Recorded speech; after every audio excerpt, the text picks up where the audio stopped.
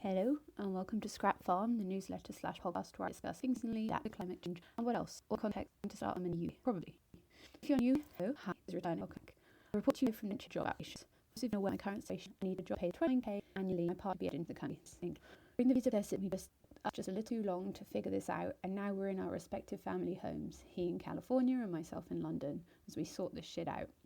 And by sort this shit out, I mean frantically applying for jobs while also looking into loans in case we return to Michigan, where we've been running a farm for the past 2 years. It's a weird time.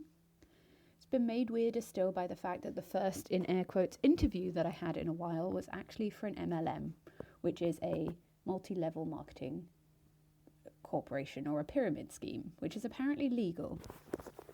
Honestly, there were red flags from the start. The first interview was just being talked at by a director of the company, and then there was an essential questionnaire that just asked about availability, and then there was a phone call congratulating me on getting that far. I hadn't spoken to anyone yet.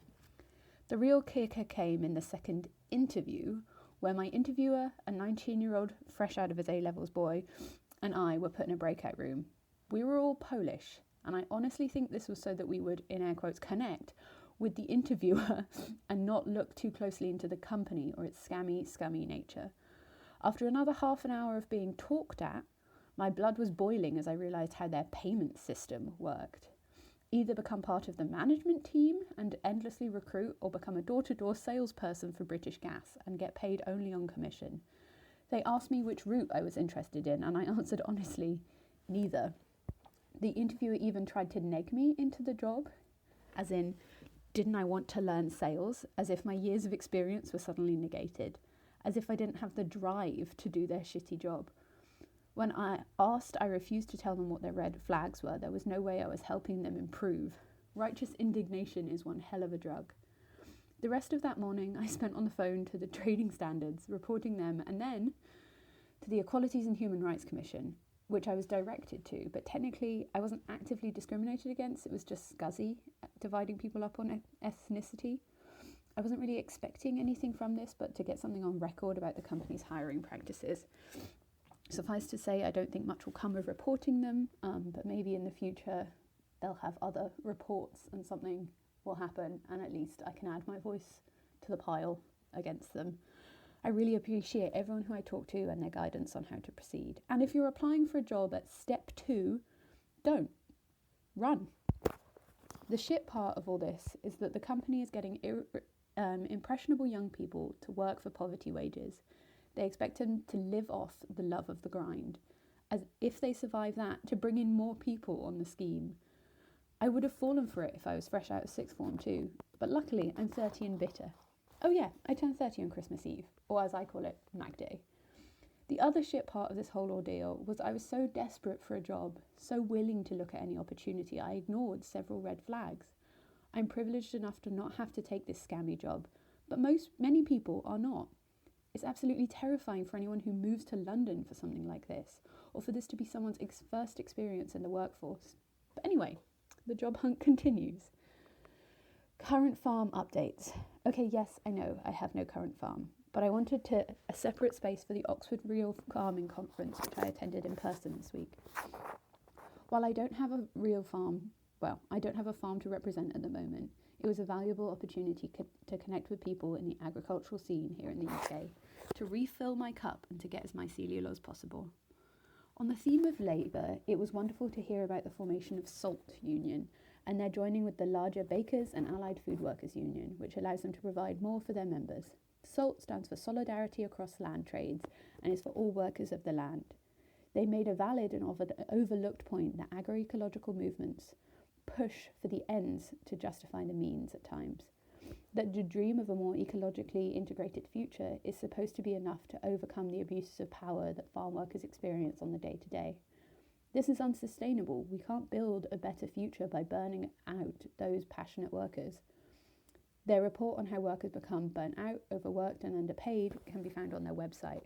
I strongly encourage anyone working the land to join this union, or anyone forced to leave land work because it became unsustainable for them. One of the most poignant moments in the conference was hearing about the migrant workers from Latin America who had been brought to the UK on seasonal workers' visas by the company Haygrove in Herefordshire. After being kept in unsanitary conditions and being actively discriminated against, they went on strike, the result of which was that they were asked to pay back the cost of their visas plus interest. Eventually, a deal was reached with the workers that they would not have to pay this back, but would instead have their flights home paid for if they left immediately. Once off the property, the workers were told that they were in breach of contract and practically abandoned in London. This was in 2023, and some have still yet to return home. There will be protests against the government's neglect of these workers outside the Home Office on the 24th of January at midday. It is so easy when farming, when trying to farm, when caught in the daily grind, to not look up and think about how much worse others have it. If we are to really transform the food system, we must protect those who are the most vulnerable to exploitation. As always, the Land Workers Alliance and La Via Campesina, who have been working tirelessly to build solidarity, especially with farmers in Palestine, are a great example of this. But I'm so excited about the creation of SALT, and it is so very necessary. Another heartening moment was hearing about the twinning of the Batir Cooperative Society for Food Processing and Production in the West Bank with Fruitworks, which is near Leeds. Farmers from both organisations have been sharing information and building tangible bridges, including a virtual marmalade making session. I've included links on how to support the work of the co-op. Another reason session I really enjoyed was about the funding the agroecological transition, say that 3 times fast, where the point was made that farming already has loads of funding, but unfortunately it's all funneled into the massive industrial players. What is needed is a damming of the flow of capital and a redirecting towards a just and sustainable food system. In this session, I heard for the push for a basic income for farmers, which is beginning to trial the concept in some small clusters. A basic income would allow farmers, who usually earn well below the average income in this country, to be able to focus on sustainability without sacrificing the bottom line or their mental health. As Alex Heffron points out, farmers cannot go green if they are in the red.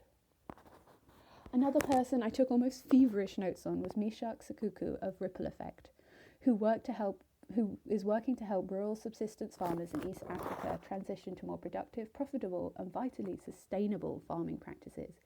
He spoke of the adoption of amaranth and other climate-resilient crops, the use of keyhole gardens for water preservation, and the push-pull method of integrated pest management. Along with their rural programs, Ripple Effect runs a garden twinning project to help build international solidarity with subsistence farmers. And finally, I've already downloaded quite a few reports from Nourish Scotland, which I'll be working through. This is where I was introduced to the concept of public diners, an alternative to food banks, or at least a complement to them.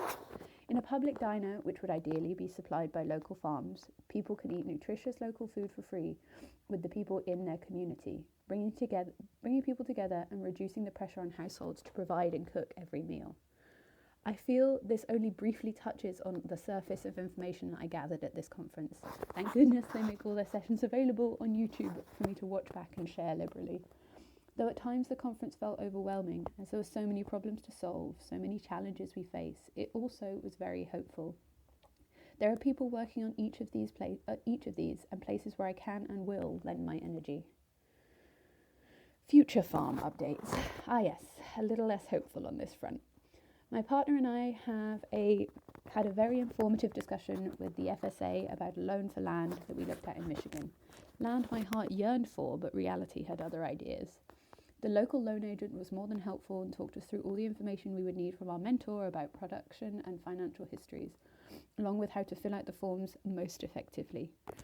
Unfortunately, we got towards the end of the call and were going over some of the details of the property when we hit a very real, very solid brick wall. The FSA will not give out loans for land with a house on them that are under 10 acres. The land we looked at was just over 5 acres. Fuck. While we are still exploring our options, it is unlikely that a traditional bank will give us the loan for that property. The FSA gives out these types of agricultural loans because farmers are such a high-risk investment. The government legally cannot compete with banks on offering these loans. So the condition for said loans is that you can't get financing from some other institution. An FSA loan is basically our only shot at owning land. And to be honest, I completely understand why they would not want people buying a house with minimal acreage. While we would be able to earn up to $100,000 annually, putting 2 of those acres into production. This would still basically be like the government buying a house. And why shouldn't they buy people houses? Like, council houses exist, but that is, people have a right to housing, but that is a discussion for another time. I am not expecting the American government to buy me a house. I can understand how people may also try to game the system and not farm land that they buy. But that being said, this leaves little wiggle room for smaller operations. We don't plan to farm 10 acres. We don't even plan to farm 5. But we could still make a living and feed people off what we do plan to farm. Will this mean that we are forced to buy a bigger property so that we can get the funding that we need? Honestly, probably yeah. But there's also the UK that we're working towards, and hence the sustained job hunting. I also had a wonderful session at the Oxford Real Farming Conference. I was just there. I should know its name. I had a wonderful session matching landowners with land seekers, and have sent out several emails following up on that session. So all hope is not lost. But it is all, once again, up in the air. I'm so glad I have someone to go through this with. Several someones, though my friends and family are undoubtedly sick of hearing about it. We're lucky to even have this opportunity. We are privileged to be considering an international move or even buying land. I take none of this for granted. Anyways, I'm open to well-paying marketing and communications jobs. I'm actually open to most UK-based jobs paying over 29k. I'm hopeful about land, and I'm so very lucky to be able to pursue my passion, even if right now it's a bit of a bitch. Oh, and I got my fixed glasses back, and they're so cute, and I look so hot, and that only matters to the people who read the last installment of Scrap Farm, where I went on about the right to repair and my glasses. See you on the flip side. Bye.